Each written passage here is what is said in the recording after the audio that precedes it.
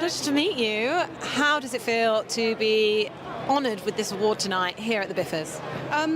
Well, it feels an honour, and I feel overwhelmed and appreciative to be here at the BIFAs and receive the Richard Harris Award. He meant a huge amount to me. I worked with him on my second feature film back in, I think, 1994, something like that. It's a very long time ago.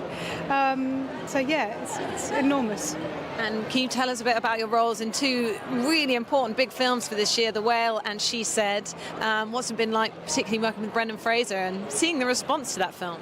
Yeah, working with Brendan, happy birthday Brendan, I think it's his birthday today. Working with Brendan was a delight, a joy, and an honour to work with him and Darren Aronofsky, who I've been a big fan of since the 90s, and that was amazing. It was tough because we filmed in kind of the height of COVID, and but I just loved every minute of it, and also working with lovely Sadie Sink, who played my daughter. That was amazing.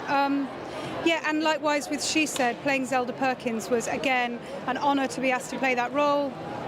Didn't even question it. I'll be there in a heartbeat. It's everything she stands for, everything she's done, I'm in awe of, and so it was an honour to play her. And you seem to be more prolific than ever with your career and also doing The Serpent Queen.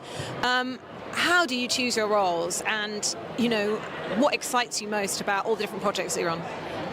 I think sometimes it's about just working, if I'm honest, because I have to work. I have three kids and a mortgage, like most other people. So you're like, what's here? And as you get older, the work is different, and it doesn't dry up for me, touch wood, but and it's about making sure that I believe in everything I'm doing. Can I stand here right now and talk to you and be proud of that and my intentions for doing it? So that's all I do.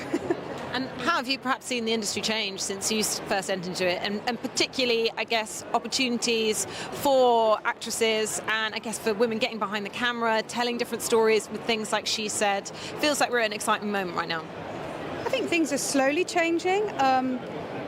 But it has to come from the grassroots. So our government needs to invest more in the arts, which they don't, even though we bring billions of dollars into the country, to train people to be behind camera, in front of camera, and also allow people the opportunity to say, yeah, I want to go and do that.